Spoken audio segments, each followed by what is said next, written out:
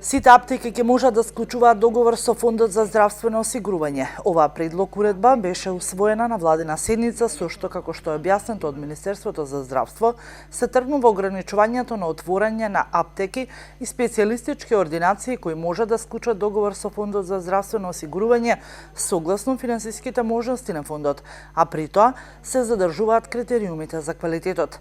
Целта е надминување на проблемот со недостиг на лекови, поради можноста што ќе бидат дадени на аптеките кои што досега немаат договор со Фондот за здравствено осигурување да склучат таков договор.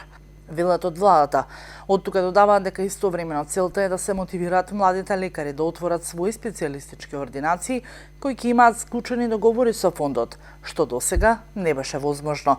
Владата усвои предлог програмата за изменување и дополнување на програмата за потребите на специјалистички и субспецијалистички кадри, согласно мрежата на здравствените установи, со што, како што истакнуваат од владината пресслужба, се зголемува бројот на одобрени специјализации во државата.